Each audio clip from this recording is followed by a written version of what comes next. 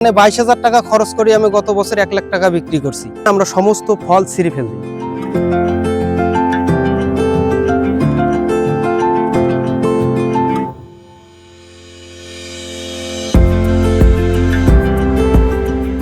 আমার মূলত কথা যে আমি লাউ আবাদ করছি, আমার লাউয়ে প্রফিট পাই, আমি এই জন্য লাউ আবাদ করি। কিন্তু আলুর মধ্যে দেখবেন যে একদম মাটিতে লিজ থেকে শুরু করি আপনার বীজ কেনা পর্যন্ত 50,000 টাকা খরচ হয়, 50, 45 এরকম 55 এরকম টাকা খরচ হয়।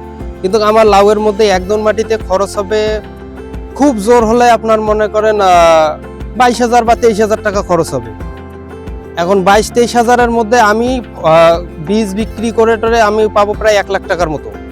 আর ওনারা 50,000 টাকা খরচ করে, এবারে একটু দাম ছিল এ কারণে একটু দাম বেশি পেয়েছে। কিন্তু গতবারে দেখেন একদম মাটিতে মানুষ 50,000 টাকা খরচ করে 55,000 টাকা আলু বিক্রি করছে, তো শুধু 5,000 টাকা লাভ। আর আমার এখানে 22,000 টাকা খরচ করি আমি গত বছর 1 লাখ টাকা বিক্রি করছি। তো আমি এই জন্যই আমি এই ফসলগুলো আবাদ করি, এগুলা দিয়ে আমি ভালো প্রফিট পাই। গাছ, এই পুরুষ গাছে আমরা এই যে এগুলো ফুল নেই নিয়ে আমাদের মহিলা গাছ আলাদা আছে। সেই মহিলা গাছের ফল যেটা যেভাবে হয় যে এই আমি এখন বর্তমান পুরো শেষ করছি, তো অতএব আমার এটা ছেঁড়া যাবে। এই যে মহিলা গাছের ফল হবে এরকম, তখন আমরা এই যে ফুলটা নেব, নিয়ে এই ফুলটা এভাবে ফাটাবো।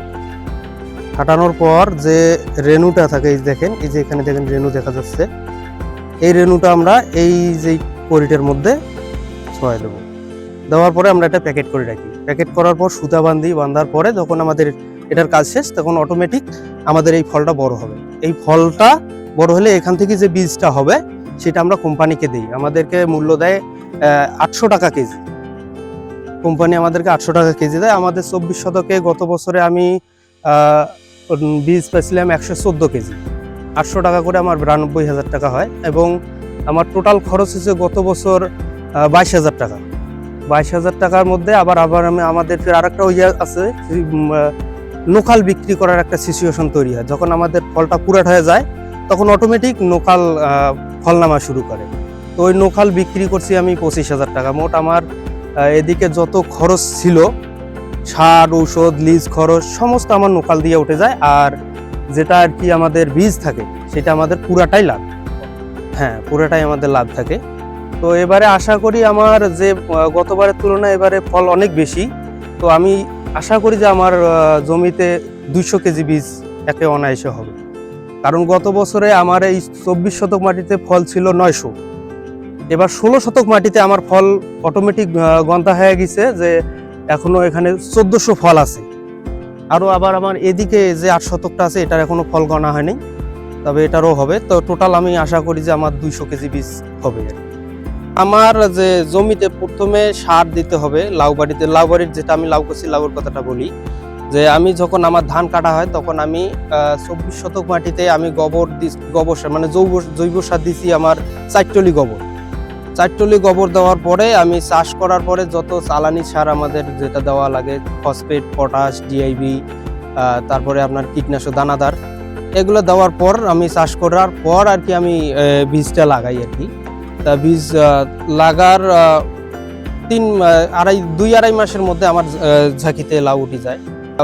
আলু তো আমাদের প্রধান খাদ্য, আলু করতে হবে। তার পাশাপাশি যদি আমরা যে কোনো তরকারি যেমন লাউ, শসা, ঝিঙ্গা, করলা এগুলো আবাদ করি, ওই ফল থাকলে আমাদের ফুল কম হবে। আর ফুল কম হলে আমাদের যে ফল যে হারে আসে সে হারে আমরা কিন্তু জার্মিনেশন করতে পারবো না।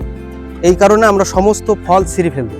দেওয়ার পর যখন আমাদের কোর্স শেষ হয়, তারপরে আমাদের যদি ফল আসে তাহলে ফল রাখি বিক্রি করার জন্য বা খাওয়ার জন্য, এইটুকুই। আর তাছাড়া আমরা ফল রাখি না ওই পুরুষ গাছে। আমাদের কোর্স শেষের পরেই আমরা বাকিটা ইয়ে করি।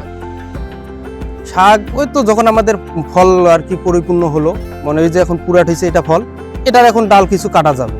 কিন্তু আজকে মনে করেন কোর্স শেষ হলো, 10-12 দিন এর মধ্যে ডাল কাটা যাবে না, কারণ তখন ফলটা পুষ্টি কম পায়। ওই যখন আমি একটা ডাল কাটবো, ডালটা থেকে রস বার হবে, আটা জাতীয় একটা জিনিস বাড়বে, ওই আটাটা বাইর হলে আমাদের ফলটা কষ্ট পায়। এই কারণে ফলটা ছোট হয়। তারপরে আপনাদের মনে করেন বিচি ভিতরে পরিপূর্ণ হয় না, পুষ্ট হয় না। এই কারণে আমরা আগে আগাম ডাল কাটি না, তারপর আমাদের ফল পুরাট হওয়ার পর আমরা ডাল কাটি। গোল আর এটা হচ্ছে লম্বা, এটার জাত আলাদা ওটার জাত আলাদা। আর এটার মূলত মেন রোগ থাকে ছোটতে, যেটা আমরা বলি ভাইরাস, গাছ ছত্রি লাগে। তো ওটা শুরু থেকেই আমাদেরকে কীটনাশক ব্যবহার করতে হয়। তারপর যখন গাছ ভালো হয় তখন আর কীটনাশক ব্যবহার করি না আমরা। আর মূলত আলু তোলার পর যখন আলুর ডালগুলো সব উঠে যায়, তখন জাব পোকা বা কারেন্ট পোকা যেটাকে বলে, সেইটার আক্রমণটা বেশি হয়। আর ঢোনা মাছি যেটাকে বলে, ওইটার আর কি আক্রমণ বেশি হয়। এই কারণে আমাদেরকে কীটনাশক ভালো দামি ব্যবহার করতে হয়, এই আর কি আমাদের। আর বর্তমান আমার ক্ষেতে কোনো প্রকার রোগ নাই, আর কোনো পোকাটো নেই, কারণ আমার টাইম টু টাইম আমি সার জল তারপরে দিছি, করছি, আমার ক্ষেত্রে কোনো অসুবিধা নাই।